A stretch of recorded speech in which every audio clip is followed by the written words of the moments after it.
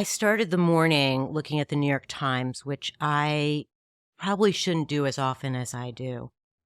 I knew what we were going to talk about this morning on GynoCurious, and I thought, oh, how apropos when I read the article about the Texas Supreme Court late Friday temporarily halting a lower court order allowing a Dallas woman to have an abortion. And I felt my blood boil and my heart beat so fast. I had these physical reactions, not just what my brain was calculating, but what my mind, what my body was thinking. So how do you deal with stress and loss? What do you do when life's challenges feel overwhelming and insurmountable? And when you feel isolated and alone in those struggles? What allows you to heal in mind and body and maintain wellness in the face of the world's chaos? Welcome, GynoCurious listeners. I'm Dr. Amy Novat. We are here to investigate what it means to be a healer and to be healed. These are big questions that most of us spend our lives trying to process and understand. And there are certainly many ways in which to respond to these stressors, from allopathic pharmacopoeia, complementary medical interventions, and lifestyle changes. So all of us have to discover what approaches work best for us. But I've asked Elizabeth Lesser to join me here today to share her wisdom and insights into these questions and to share her approach towards healing during these troubling times. Elizabeth is a woman of authentic wisdom, a probing intellect, and a capacity for compassion and insight I greatly revere. Welcome, Elizabeth. Oh, thank you. Thank you for having me. My pleasure. For those of you who don't know Elizabeth Lesser, she is a woman of many talents and achievements. Early in her life, she was a lay midwife. Then in 1977, she co-founded and continues to be an advisor to the Omega Institute, the largest adult education center in the United States that focuses on health, wellness, spirituality, and creativity. She has written best-selling books and is a frequent host on Oprahs Soul Series. Again, I'm so grateful you could join me today. Sure. On GynoCurious, I like to ask my guests about the arc of their lives and careers and to let our audience know that for so many of us, the path of our personal and professional lives is a zigzag. It's often not a linear path. Were there any particularly surprising moments, Elizabeth, or unexpected events that crystallized and compelled you to do the work that you have done and continue to do? Wow, what a fantastic opening. Everything you said from the very start about opening the New York Times today and probably not should do that kind of thing. I'm just hanging on every word. As I always do with you, I could turn the tables on you and say you're someone I admire and love so very much. You've been such an important part of my life. So thank you for having me on the show. So, yeah, my life has definitely been a zigzag. It's been a big zig and a big zag. You know, let's say if the main theme of my life is us being a seeker, seeking answers to the big unanswerable questions, I started very, very young. I don't know why. I was born with this deep desire to get some answers to the big questions like, who am I? Where do I go when I die? What's the purpose of this life? But I was born into this intellectual, non-religious family. My parents had both been raised in very strict religious homes. My mother, a Christian Scientist, and my father, a Jewish, like a very strict Jewish family. And they renounced religion, and not only renounced it, hated it. And really their only holy book was like the New Yorker magazine. And I was born with this deep questioning spirit. I wanted to go to church, any church. I didn't care. Like, I especially loved the Catholic Church, and I would go with my next door neighbor, this big Italian family that my mother would always, wink, wink, waste management. You know, she had and why is my daughter going and getting ashes on Ash Wednesday? And so anyway, I just followed that yearning. By the time I got to college, it was the anti-war civil rights. I was like, well, that's what somebody from my family does. You get involved in politics.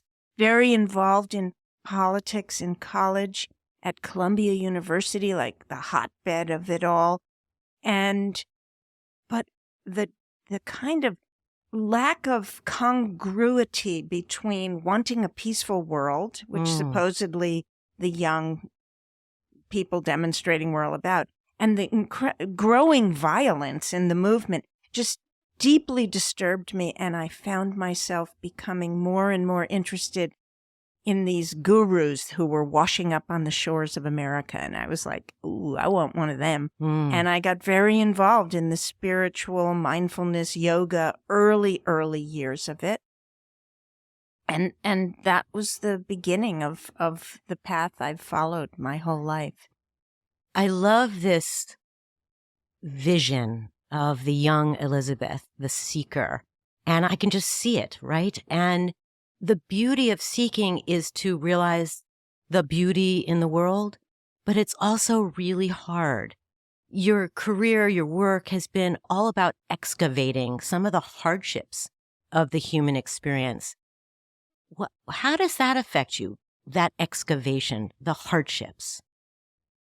Well, the thing about the spiritual life, a misunderstanding about it, is that it's about transcending the hardships and going somewhere else and focusing on the afterlife because the earth is so full of sin and horror. But that's not either the way I've interpreted spirituality or the fact that I was born in such a social justice-focused family and I could never escape that. That's been part of my seeking. Like, okay, we're born here. Obviously, it's not a particularly easy place to be born into. If you're at all a historical thinker, you look all the way back to the first cave person clonking the other one on the head because they wanted what they had. It's like, this isn't new. And what we're going through right now, historically, it's not new. There's nothing weird about our times. I mean, technology's a little different and climate change a little different, but the core problems of human beings focusing on our ego needs to the exclusion of other people that's the human dilemma. That's what all religions are about. That's what all literature is about, art, politics. Everything is about, can we get along? How do we get along? How do I get my needs met and you get your needs met? This is, to me, as much the spiritual question and seeking as whatever else you think it's about, rainbows and unicorns. It's not. It's about Buddha's famous line, my religion is about suffering and the end of suffering. That's what it's been like for me. Yeah. You use the expression breaking down and breaking open. Can you tell the audience or our listeners what you mean by that? Because I think you're beginning to move into that place. Well, my first book that I wrote, The Seeker's Guide, I looked at all the stuff I'd been doing at Omega and had the pleasure and the honor to be exposed to and part of. I was like a kid in a candy shop, all these teachers coming through about the mind, the body, the heart, the soul. And so my first book was very much a research-driven book. What are these things? I wanted to give some clout to the new ways of seeking instead of just being seen as like this woo-woo weird people. So, and I used some storytelling in there. And people would say to me, oh, I loved your book, The Seeker's Guide. It was very long. It was like 400 pages. Well, I didn't really read the whole thing. I just read those stories. So I thought, okay, next book, it's mostly going to be stories. And at the time, I was going through a divorce, which for me was the real crucible of my life. And I realized that what I was learning about, I can either break down, get bitter and brittle, and come out of this experience angry, vindictive, smaller, or I could let my heart just break open and ask, okay, can I consecrate all of the darkness and destruction of what's going on here to my family to something where I can learn and be a better person? And I began to call that, based on a Rumi poem, breaking open. I'm going to break open. I'm going to come out of this broken open. And I realized my story maybe wasn't as difficult as some other people's stories. So I was going to tell their stories too. Loss of a child. What could be more of a point where you can either come out of it completely broken, or you could break open into, well, this is what was given to me in this life. What am I going to do with it? Told lots of stories, losing jobs, losing health, losing people we love. In my case, losing my family. Thank you. So one of the reasons I'm doing this podcast is that, excuse me, over the years, so much of what I've learned is from my patients. The stories of illness, health, struggle, and success have not only inspired me, but taught me. And I wanted to bring these stories, questions, and lessons to a broader audience. So for me, as I think for you, storytelling is one of the greatest healers. Brene Brown says that stories are data with a soul. Yeah, I love that. Me too. And as you've begun to tell us, storytelling is so much a part of your work. And in your latest book, Cassandra Speaks, you look at storytelling and myths from a historical and feminist lens. Can you speak about the investigation into this history in particular and how it might relate to loss and ill health? Yeah, good question. The subtitle of Cassandra Speaks is When Women Are the Storytellers, the Human Story Changes. And I went to great pains in much of the book to say, it's not that women's stories are better, kinder, more important. It's just that they've been left out of the human story. And by the human story, I don't just mean nice little ditties. I mean our values. What do we value? How do we live by? What do we say is the hero's journey? You know, this idea of the hero's journey is about the male hero. Is the feminine hero's journey different? We don't even quite know because we've never valued the telling of it. And I named the book Cassandra Speaks because who Cassandra was in the deity of the ancient Greeks is such an apropos story to your question of women's health. So Cassandra was the most beautiful princess, the most beautiful daughter of King Priam and Queen Hecuba of Troy. And we've all heard the story about ancient Troy and the Trojan horse. Well, first of all, remember that none of the Greek gods and goddesses and many of the mortal figures were real. They were just stories. Who told those stories? Men. So that's a really important thing to remember. This is the story told from a male's lens. Fine lens, but missing 51% of the rest of the experience. So Cassandra really just wanted to worship and be a priestess. She wanted to be a priestess, but she was so beautiful, and all the men were after her, including Zeus, king of the gods, including Apollo, his son. And Apollo was wooing her. And he wooed her with this, offering her this gift. If you will marry me, Cassandra, I will give you the gift of prophecy. You'll be able to see into the future, tell the future, and be a prophetess. Well, Cassandra really liked that idea, so she said, okay. She didn't realize that it meant right then and there he was going to have sex with her. She denied him that. He became enraged, and instead of saying, forget it, you're not going to be my wife nor have this gift, he gave her the gift, but he put a curse on her that no one would believe what she said. So she could see into the future. She saw the Trojan horse. She saw all of her family killed. She saw all of Troy in ruins to the enemy, Greece. And she tried to tell it and they told her she was crazy. The first gaslighting in the Greek pantheon. Mm-hmm.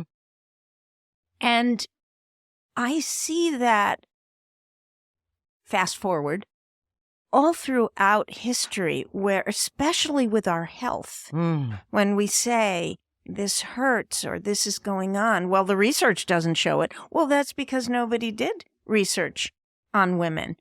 And we're called hysterical. And I'm sure you've had other guests say the root of the word hysterical being history, which means uterus in Greek, in ancient Greece. And they had this idea that the uterus moved throughout the body in women, making them crazy and undependable. And don't ever believe what a woman says, because she's crazy. She's hysterical. She's hysterical. And so, fortunately now, but going back to your opening line about what's going on in Texas as we sit here, and a woman whose own health is going to be hurt by having this child, and not just her physical health, but her mental health, because she's going to be carrying a baby who she knows is going to suffer and die. The fact that we don't believe a woman to say, no, my body, my choice, my wisdom, my empathy. A lot has changed and very little has changed. Yeah. The shadow of this Greek myth feels so aligned with the stories in our own head, too, about what's not right with us, what we can't speak about, how we've gone wrong. So, there's so much to respond to. Yeah, and I guess what I'd like us to just shift a little bit to is perhaps the practical. We're going to come back to the mythologic and the shadow and the light. But before I go there, I have to say, one of the things that so struck me about this article this morning and that I had this physical response to was the image that accompanied the article. 3 white men, all middle-aged, and just a sliver of a picture of a woman's head behind the main attorney. And I thought, this is it. This is it. This picture speaks a million words. The woman is present in the room, but no one gives a fuck what she has to say. And I just was, again, it just so hit me. And it hits me every morning, but it really struck me this morning. There is so much going on in the world. And as you said, it's been reiterated through time. What do you suggest to our audience when they're feeling like they're breaking down or breaking open? What do you do in your own practice that you can share with others in terms of promoting health, responding to these stressors? Yeah. Well, first of all, I have learned over all these years that I have to give myself a break, almost like patting myself on the head like you would a little baby, like, hey, it's okay. It's okay to be freaked out right now. The goal of practice, psychotherapy, spirituality, whatever you want to call it, is you're never going to get to this place where you're impervious to the stresses and grief of the world. So these are hard times. I think we know that intellectually, but I think if you took a look and really made a list of the past 5 years, the big list of the world and the list of your life, you would like really pat yourself on the head like, these have been really hard years. We've gone through what's happened politically in this country. It's no matter what side you're on, there's so much division, hostility, and now add to it the war with Israel and Palestine and people in families and friendships who used to be able to like agree with each other can't. That's very stressful. The pandemic changed everything. We used to go to work. We don't even go into an office anymore and hang out with our colleagues. It's so weird. It's very unsettling. Our own health took a lot of hits in the past 5 years, no matter how old you are. And then there is climate change, which is sort of this low, drastic hum in the background all the time, like, what's bothering me? What's bothering me? Oh, yeah, the whole earth is perhaps going to burn up. And then technology, and I don't think we should minimize that ever. 5 years ago, 10 years ago, I was not carting around this second brain, my phone, and looking at it all the time. You know, there's been a lot of research. First of all, there's this statistic. I have it in front of me. I'm just going to read it. That the average person with access to a cell phone consumes more data in one day than a person consumed in their lifetime 500 years ago. Oof. Okay. Daunting. And neuroscientists say that the human brain has not evolved fast enough to sort through this hyperflow of information. So we are injecting all this information, conversation, stressful opinions, hate, the whole kind of FOMO thing. I know sometimes I'll get onto Instagram, and when I get off, I'm like, I feel like I need to almost take a shower. Not because I'm looking at porn or anything, because I'm looking at like, oh, I want a vacation like that. How come their Christmas tree looks so nice? Oh, that town. And then you get off and you're just like, all your spiritual wisdom about being in the moment, grateful for what you have, full of love for the human soul and condition, gone because you've just bathed yourself in crap. And it's going on all the time. So, okay, here's some advice, even though I fail at it all the time.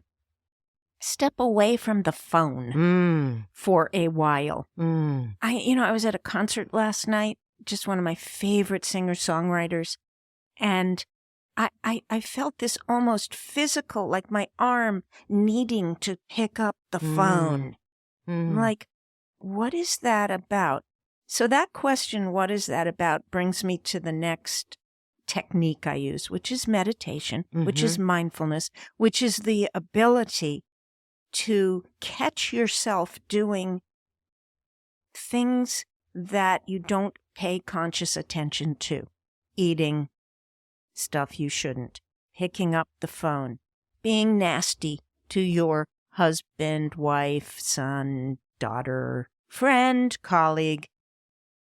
Meditation is a muscle you develop that allows you to take a pause between reacting and being stupid in your reaction and watching yourself, especially watching your mind and the stories it tells, because most of them are not true or they're partial. So I have been practicing mindfulness meditation since I was probably 19, and it has become habitual for me. People say, how often do you meditate every day? And sometimes not, but I have a capacity because of it to catch myself and to pause and to modulate my reactivity, which is a wonderful thing, whether it's, no, I don't think I will read the New York Times, or this story in my head about that person being wrong because they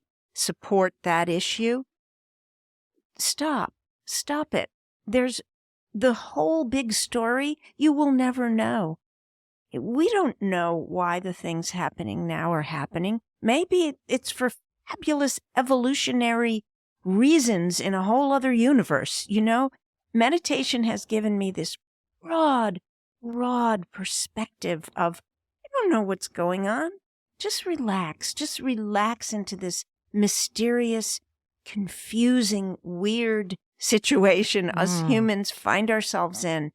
You know, there's this beautiful saying from Rainer Maria Rilke in his little book, Letters to a Young Artist, where he says, don't look for answers. Love the questions.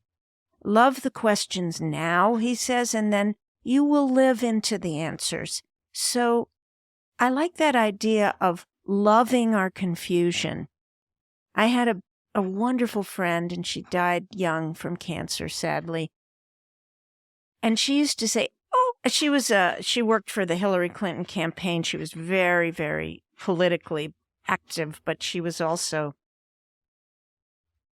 very spiritually evolved person. And she would always say, "Oh, us humans were so adorable." Even when she was talking about, political adversaries, we're so adorable. And that's, to me, this idea of loving the questions we can't solve. And I imagine it makes everyone giggle like I just did. There's something about that word, too, that so breaks us down in a beautiful way into these little kids playing in the sandbox. And who knows what's going to happen, with that pile of sand or Johnny across the street, or there's bear with me, a playfulness to it and a lightheartedness that I so appreciate. And I have to ask you, so part of what you're talking about is something you call otherizing. Can you speak a little bit about that? Because you've mentioned it tangentially, but I think it's such an incredible point that you have made in your work. Yeah, I used the term. I didn't know if it was actually a term other people knew. Like many years ago, maybe 10, 15 years ago, in a speech I was giving. And a woman, too, Pat Mitchell, who is like in the feminist circles, a hero of everybody's. She was the first CNN female anchor, and she's an activist and just an extraordinary woman. She heard me say that word, and she runs part of the TED organization that puts on a conference every year called TED Women, where the speeches are all about women and the women's movements in health and politics and everything. She said, can you do a TED talk about this idea, how it's the human tendency to turn the other person into the other, different than, therefore to be feared or rejected or turned against, and how otherizing in our most personal relationships writ large is the history of war. And can you do a TED talk about that? So I did. I ended up, it started the craziest experience in my life.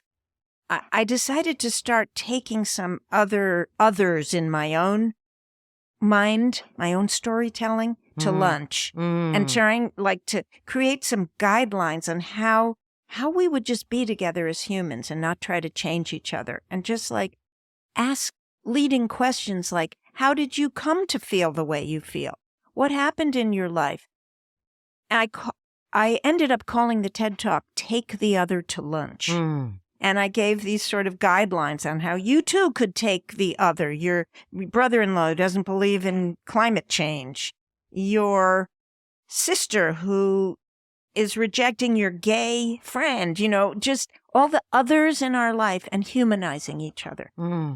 Well, things have proceeded in our world to tremendous otherizing is going on. And I still believe that all we can do is start right next door, right in our families, interrupting the storytelling that turns someone who's different into an enemy, and seeing if we can all clean up our own backyard. Thank you. Thank you. I just want to remind anyone who's just turned on this conversation, I'm speaking with Elizabeth Lesser today. Please be on the lookout for her books and videos, which address many of the themes that we're discussing this morning. So just harken back a little bit to Cassandra Speaks and the thoughts that are inside our head and all that goes on, particularly around that realm of helping with stress, helping us feel better, helping us move through our lives. How do we get rid of the myths in our head? Meditation is a way. And I always remind women in the office who say, "Oh, I don't have time to do that." And I was like, "Do you ever go to the bathroom?" And they're like, "Yeah, where's Amy going with this?" And I was like, when you finish doing what you need to do in the bathroom, close the toilet seat and just sit on it and just breathe. And if it takes you 5 seconds, 10 seconds, a minute, it doesn't matter. Anything that just breaks the pattern of your day where you get to breathe. But the mythology in my head, your head, our heads, particularly as women, particularly if all these myths have been written by men, how do we begin to rewrite this How do we get the myths that are written by us out there? Mm-hmm.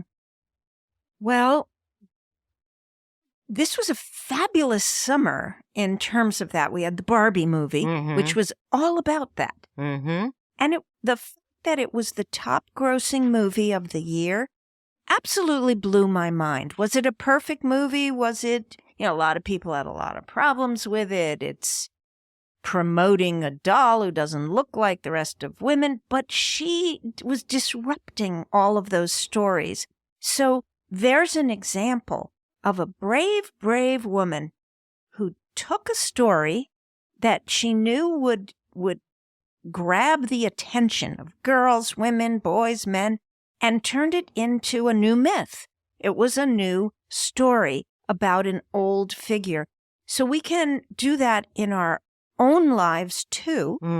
But even before we ask ourselves how, like whether we work in an office and we start telling new stories there's a core question before we get there, which is how do you, it's called internalized patriarchy, let's call it.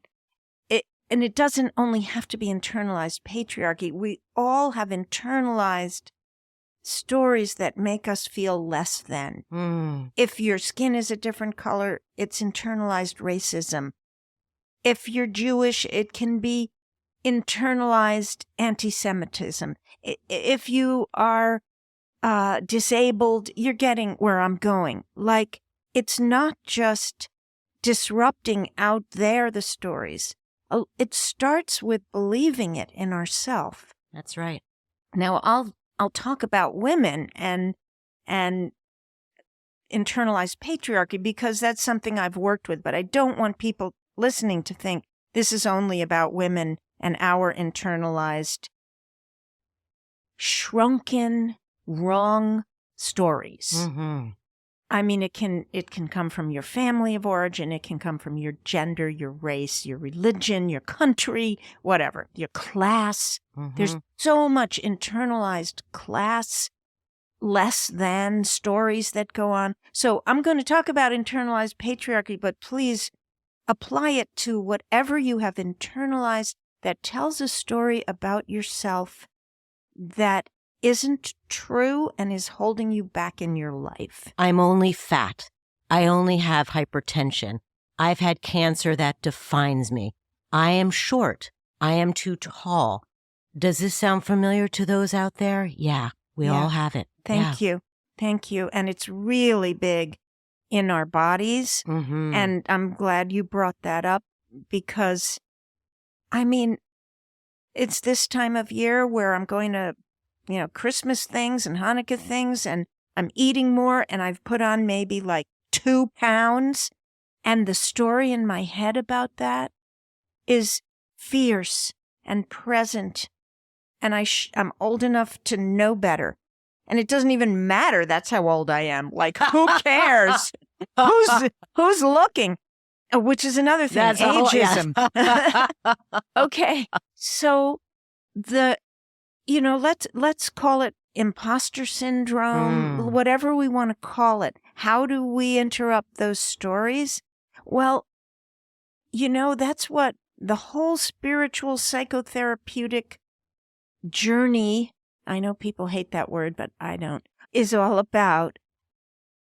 I think psychotherapy is a spiritual practice. I think getting some help from someone who can help you look at how you perceive yourself based on old stories you heard as a kid all the way back is very helpful. That's one thing. The other thing is saying out loud to a friend group of trusted people the story in your head. I've had the privilege of being around people you would not think have internalized imposter syndrome, patriarchy, whatever. I've been around people like Dr. Maya Angelou, Oprah, leaders, elected officials, artists. I remember when Dr. Angelou said something when she was giving a talk, at Omega. She was backstage, and we were sitting there, and she said she was nervous. I was like, nervous? This woman's like 6 feet tall, wearing red patent leather high heels. I'm terrified of her. She's like one of our great, great figures in the world. And she said, I'm always nervous before I speak, and I'm always nervous before a book comes out. They're going to get me this time. They're going to find out. I'm going to be found out. And that helped me. It helped me to hear her say that. I say that to people all the time because in my role, I'm not a Dr. Angelo, but I have people looking up to me because I'm a leader and I'm an author. I say it all the time. I make sure I say it, that I don't think I'm a great writer. I can't finish this book because I've already said it, and I'm blah, blah, blah, blah. And I say it out loud to people, and I know it helps them. I know it does. And it helps me just to know that this is a common internalized storytelling. We all do it. I'm not some sort of disabled mentally, physically, spiritually, psychologically person. I'm regular. I am suffering from what the culture has told me about myself. We all are. There's something about humanizing it that helps diffuse it. I'm stuttering because I'm feeling like you and I must have practiced this, but of course we didn't. I was just about to quote Maya Angelou. When we give cheerfully and accept gratefully, everyone is blessed. So part of what I'd like to add to the list of how to heal and be well that Elizabeth has mentioned this morning is helping others. I continually feel gifted by my work because I'm helping others, but it's selfish too because I get help too.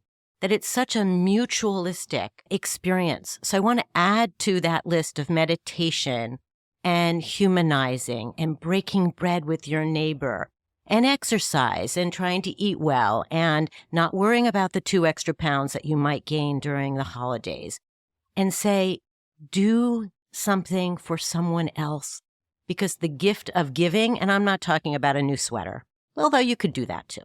It's about spending some time in your life giving to someone. And I have to bring up your experience, Elizabeth, with being a bone marrow donor for your sister Maggie that you describe so beautifully in your book, Marrow.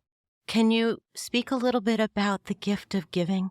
Yeah, I can. When my sister got this rare form of lymphoma and the only thing that was going to save her life was a bone marrow transplant, and I learned that siblings have the best chance, not parents or children, siblings.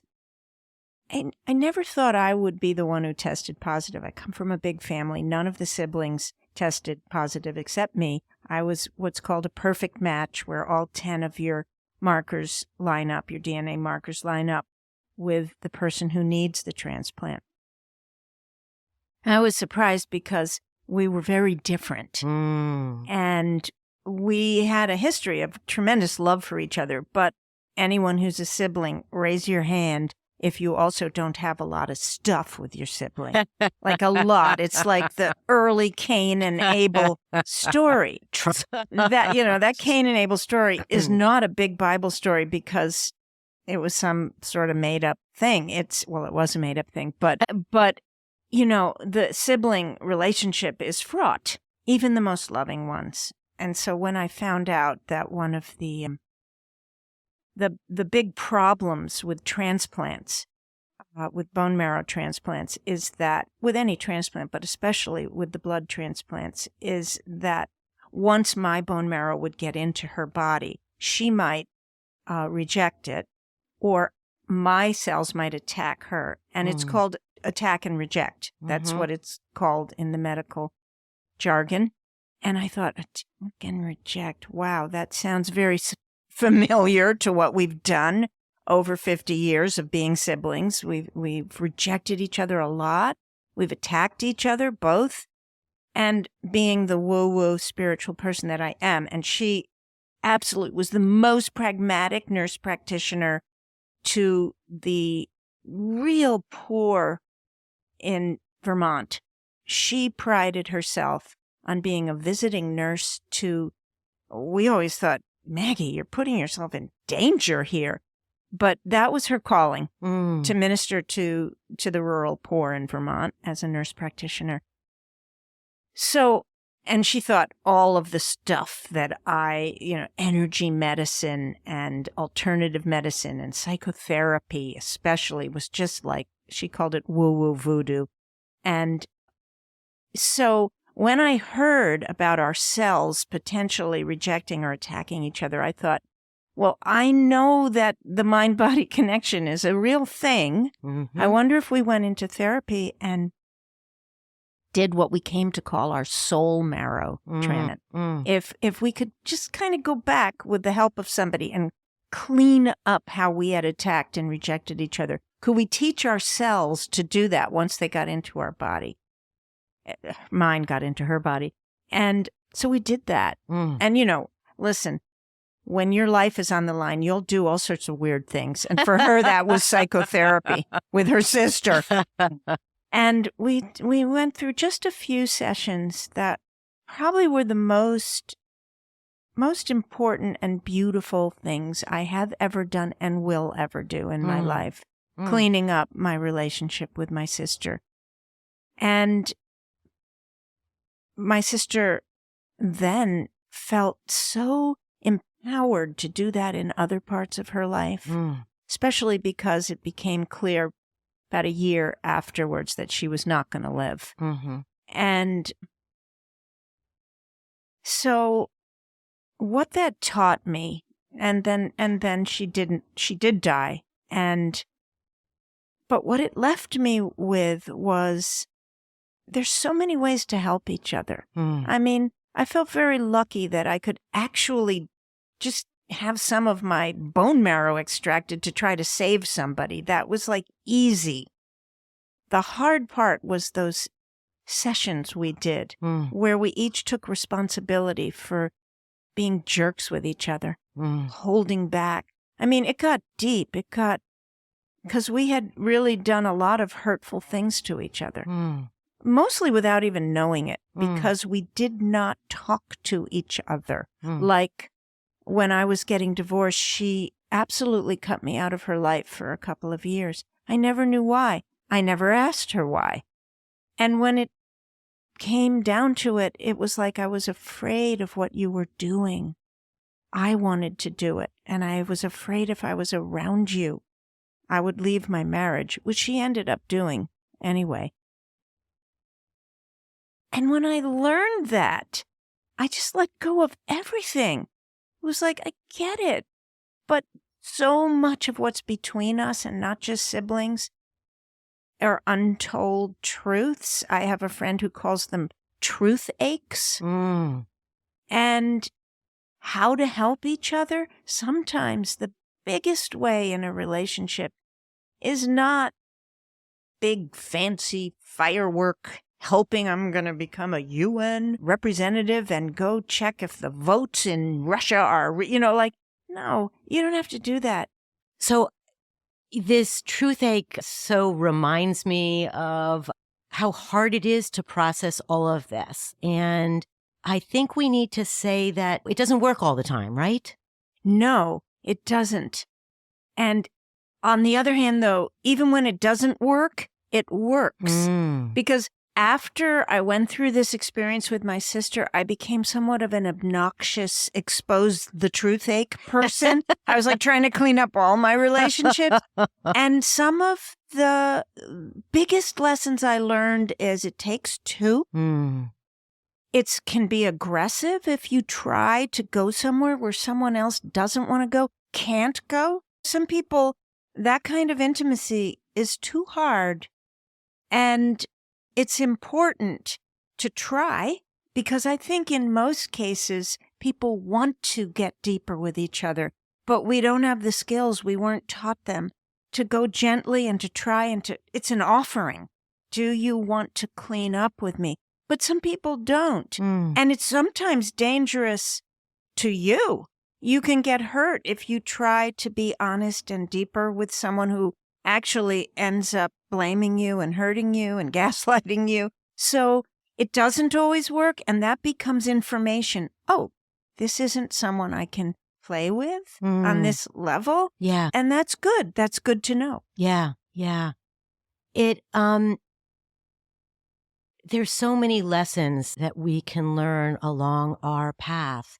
And I'd like to also suggest that some of us learn these lessons early on, and some of us learn it only at our deathbed, and that's okay too. And that often what goes on with telling truths is not just about one person to another, but it can also have this wonderful rippling effect. As you're describing, you wanted to talk to everyone about their truths. Even communities heal this way. And I'd like to think as we wind down that perhaps that's one of the ways in which we heal some of the chaos in the world today, too. You use an expression called wooing the soul. Can you speak a little bit about that and what that means, please? I've been thinking about it. Yes, I will. And I just want to honor something you just said, though, how the ripple effect often is what will heal the world. And I think in these days when we feel so helpless, the problems are so huge, climate change, war, division, we want to do something. It's a human instinct to want to do something. And doing the small thing in front of you, mending the relationship in front of you, taking care of your own body, your own family, that is noble work. Don't ever think it isn't, and it does have a ripple effect. So you brought up wooing the soul. I love that there are all different ways to use the practice of meditation. Some people come to spiritual practice, meditation, whatever you want to call it, because they're anxious, they're reactive, and they just want to clean up something in their life that's getting in the way. And that is a great thing to use meditation for. And I use it for that. I can be really anxious, and I can be a jerk, and I can go into a meditative state and breathe, as you say, and change my inner chemistry and landscape, and it's a wonderful thing. But I also use meditation to woo my soul. And what I mean by that is sometimes if I'm graced, when I calm my mind, when I stop the storytelling, when I calm through breathing, my heart rate and my whole body relaxes and my mind relaxes, I come into this state that I call the soul. Now, there's no proof of the soul. There's no proof that there's this energy that lives beyond the body after death, right now, communing with other universes. But I have touched on it enough times, enough mysterious things happening when I have calmed myself, that I live knowing that there is such a thing as a soul, a disembodied part of me that is energetically connected to everything. And everything doesn't just mean other people. It means other worlds, other universes, other energy systems. So I meditate to woo that aspect of myself that knows and loves and lives in the soul realm. Thank you. So I usually end this podcast asking our listeners to trust their instincts and intuitions, since these attributes, particularly for women, have been suffocated, strangled, and ridiculed by the patriarchy for far too long. So I love this expression, wooing the soul. For me, it speaks to both instinct and intuition. We have many instincts based on genetic programming, but the instinct to seek, which is a word you've used earlier, the need to explore our environment in order to meet our needs as we process loss, illness, and stress, feels like the part of the wooing. And then our intuition, the soul part, the knowing without knowing, how the feelings around acceptance, what is good for us, love. This just speaks to me. And after so many years of systematic repression, the wooing can be a slow and arduous process for all of us. So I want to remind all of us that it takes work, it's hard, it's sweet, it's soft, it's human, and that I think Elizabeth and I would agree it takes lifetimes, and some people come to it sooner than others, but that there is no, I don't know that there's a perfect place, but we have perfect moments. Yeah. Yeah. I like to think when you said it's hard and it's soft and it's arduous, this quote from Michelangelo, who said, I saw the angel in the marble and I carved until I set it free. There's a lot of carving that has to happen. And as you say, it can be arduous. It can be excavating this angel that's already inside of. But in order to get there, we have to go through a lot of letting go, a lot of change, a lot of opening when we want to close, a lot of healing when we're afraid to. There's a lot of fear around it. That's why getting help, listening to podcasts like this, if you're lucky, having doctors and therapists who can help you do it. I'm all for getting help as we carve to set our angels free. Pema Chodron says, we train in our practices in order to become so open that we can take the pain of the world in, let it touch our hearts, and turn it into compassion. Elizabeth, thank you for your work. You do this to support all of us in our attempts to move through the world, letting us know that breaking open is the way to our hearts. And through that, we will have more compassion and healing for all of us, both as individuals and as communities. Thank you. It's been such a pleasure. Thank you. Thanks a lot. Thank you also to my listeners for joining me as we venture into the limitless conversations about our bodies and the world, and to my producers Jen Hammoud and Maddie Rosenberg for making this podcast a reality. Please join me each episode, and if you like what you hear, subscribe and follow us on whatever podcast app you're listening on. I'd love to hear from you. Please email your questions and comments to comments@radiofreerhinecliffe.org or call us at 845-307-7446. Until our next conversation, be healthy, and please remember to relish your instincts and intuitions. They are great teachers, not to be ignored. Be well.